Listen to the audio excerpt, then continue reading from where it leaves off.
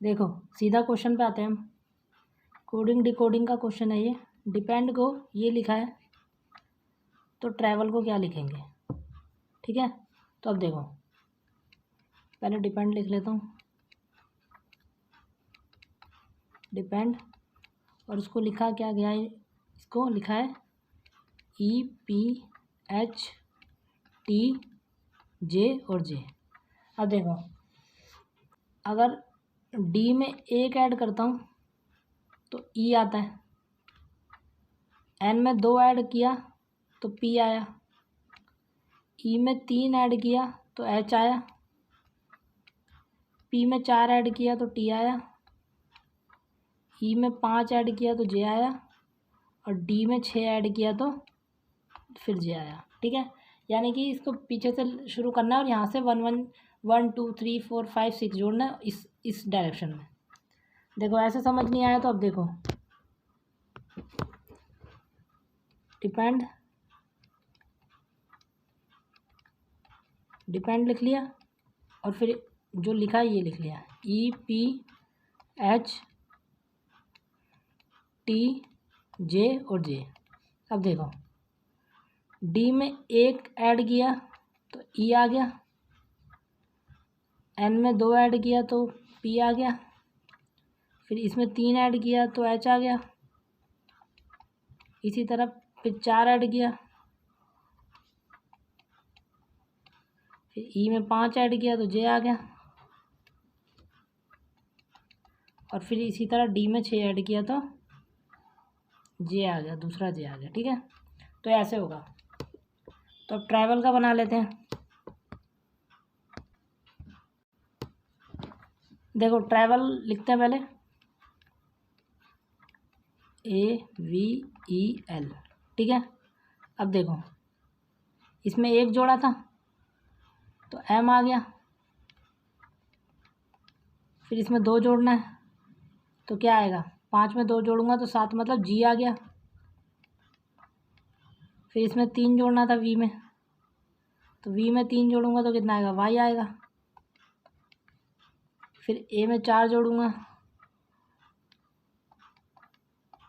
तो कितना आएगा, E आएगा। अब देखो MG और Y, यहीं से आपका आंसर निकल आया। अब देखो R में 5 जोड़ूंगा तो 23 आएगा, यानी कि W, और फिर T में 6 जोड़ूंगा तो Z आएगा। तो हमारा आंसर हो गया ये। आई होप समझ आ गया होगा। अब देखो ये क्वेश्चन, ये इम्पोर्टेंट क्वेश्चन है। कह रहा है अगर अंग्रेजी वर्णमाला के हर अक्षर को एक विषम संख्या के बढ़ते हुए क्रम में लिखें, जैसे A को 1 लिखा है, B को 3 लिखा है, तो हनी को कैसे लिखेंगे। यानी कि ये कह रहा है जैसे A को 1 लिखा है, B को 3 लिखा है, C को 5 लिखना है, D को 7 लिखना है, ऐसे करके ऑड नंबर्स लिखने हैं, ठीक है। तो अब देखो हनी को कैसे लिखना है, तो हनी लिख लेता हूँ।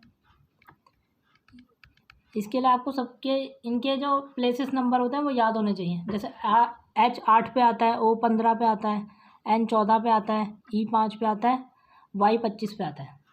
तो देखो ये हमें कंडीशन दी हुई है, तो देखो D कितने पे आता है, 4 पे, और उसमें 3 ऐड करके 7 बना दिया, ठीक है। इसी तरह C कितने पे आता है, 3 पे, और उसमें 2 ऐड करके 5 बना दिया। यानी कि जो नंबर जितना है उसका एक कम उसमें ऐड किया गया है, समझे। जैसे E लिखना है तो E को 9 लिखेंगे, तो 9 क्या से E की तो वैल्यू 5 होती है, और उसमें एक छोटा नंबर डालना है तो 4, ऐसे करके 9 बनाया है, ठीक है।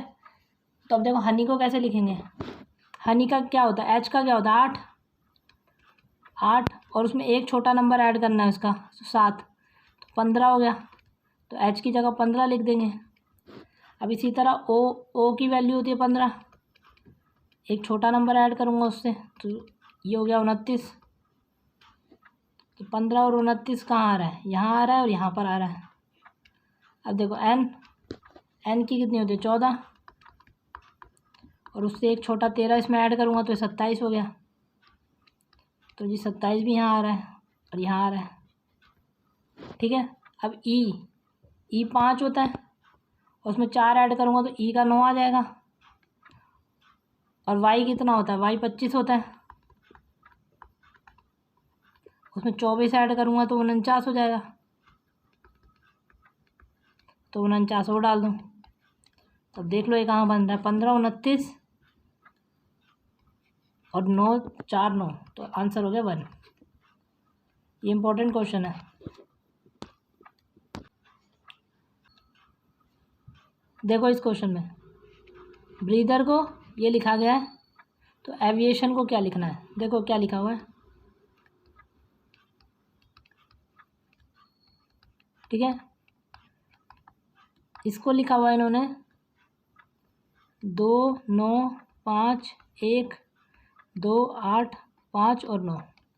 अब देखो ये कैसे आया, बी की वैल्यू क्या होती है, 2 होती है, तो ये 2 का तो 2 ही लिख दिया। आर की वैल्यू क्या होती है, 18, तो इन्होंने 8 और 1 को ऐड करके 9 बना दिया। फिर ई की 5 ही होती है, तो 5 का 5 ही लिख दिया। ए की 1 होती है, 1 लिख दिया। टी की क्या होती है, 20, तो 0 और 2 को जोड़ूंगा तो 2 ही आएगा। एच की कितनी होती है, 8 होती है, तो 8 आ गया। फिर ई की 5 होती है, 5 आ गया। और आर की 18 होती है, 8 और 1 9। तो इस तरह इन्होंने उसको जोड़ दिया है बस और लिख दिया है। तो अब एविएशन लिख लेते हैं, देखो ठीक है। अब देखो ए की वैल्यू तो 1 ही होती है, तो 1 का 1 ही लिख दिया। वी की क्या होती है, 22, 2 + 2 4, देखो 14 इसमें और इसमें आ रहा है। अब देखो फिर ए की 1 ही होती है, तो 1 लिख दिया। आई लिखा हुआ था, तो 9 होती है आई की, तो ये 9 लिख दिया। फिर उसके बाद ए की 1 होती है, तो 1 लिख दिया।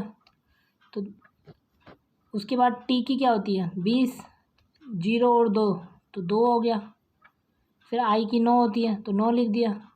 ओ की कितनी होती है, 15, 5 और 1 6, और 14 की कितनी, एन की कितनी होती है, 14, 4 और 1 5। तो देख लो ये कहाँ पे आ रहा है, 1 4 9 1 2 9 5 6 5, तो ये वाला आंसर हो गया इसका 4।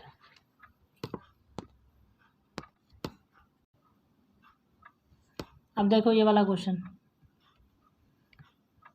नेक्टर को लिखा हुआ है इन्होंने, नेक्टर को लिखा है DFOSB और U। तो पूछ रहा है कारपेट को क्या लिखेंगे,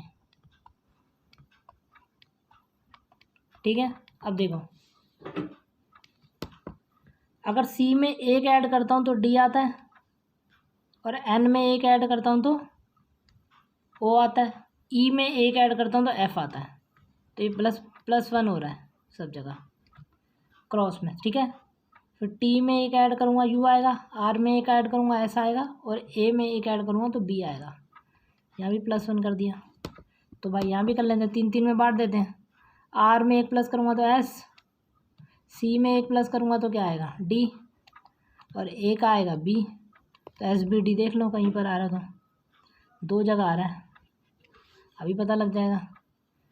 T को करूँगा तो U आ जाएगा, P को करूँगा तो Q आ जाएगा, और E को करूँगा तो F आ जाएगा। तो देख लो भाई जहाँ U आ रहा है वही हो गया आंसर, तीसरा वाला आंसर है।